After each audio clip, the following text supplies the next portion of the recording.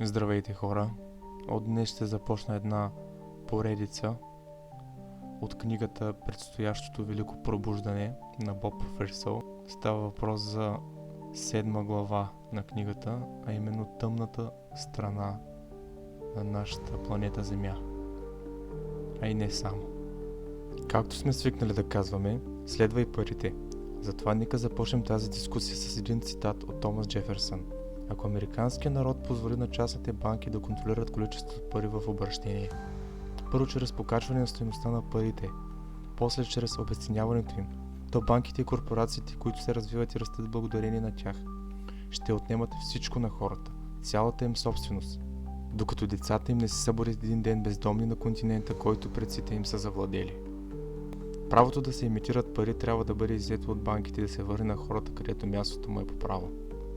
През 1913 година Американския конгрес приема закон за създаването на Федералния резерв и така подарява контрола над резерване от злато и сребро, както и върху цялостната икономика на банкерите и разбойници от Рочфилд. Федералният резерв е централната банкова система на Съединените американски щати, само дето вече е не по-федерален от Федерал Експрес. Това е частна корпорация, тайно дирижирана от 8 контролирани от Великобритания акционерни банки. Целта ѝ е да манипулира и контролира нашата икономика и нашата страна. След като била създадена тяхната централна банка, тя започнала да дава заеми на правителството при невъзможни лихви, които няма как да бъдат погасени. И така страната се превърнала в вечен роб на международната система на Рочфилд. Помислете си за многозначителното изявление, приписано на барон Майер Амшел Ротшилд. Дайте ми контрол върху валутата на една страна и 5 пари, не давам кой кове законите й. Федералният резерв бил създаден въпреки значителната опозиция на източници от правителството, както и на някои много богати и влиятелни хора. Трима от най-големите опоненти били Бенджамин Гугенхайм от много влиятелно семейство в миньорския бизнес, Исадор Строс, директор на универсалните магазини Мейсис, и Джон Джейкъб Астор, бизнесмен и изобретател. Състоянието на тези тримата възлизало на приблизително $500 милиона, което в днешни пари би било равно около 11 милиарда.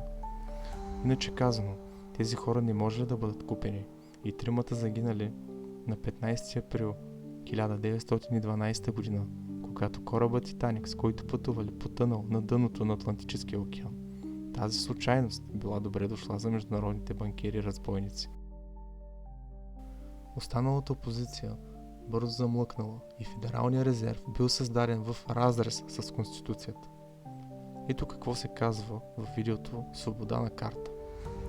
Първоначалният аргумент в полза на централизирания контрол върху парите в обращение, залагащи на потенциалната способност на една централна банка да поддържа монетарна стабилност, само дето след закона за създаването на Федералния резерв от 1913 година станахме свидетели на срива на фондовата борса от 29-та, голямата депресия, безброй рецесии и държавен дълг, който се повиши от $1 милиард до почти $24 трилиона. Те не поддържат икономиката, нито се опитват да балансират нещата. Единствената им цел е пълният контрол, да контролират държавата, което на практика означава да контролират и населението. Ейбрахам Линкълн и Джон Ф. Кенеди са единствените двама президенти, които се опитват да прекършат властта на елита, като отпечатат свои пари, освободени от дълг и лихва. Какво други ги свързва? Ами да, и двамата умират при покушение.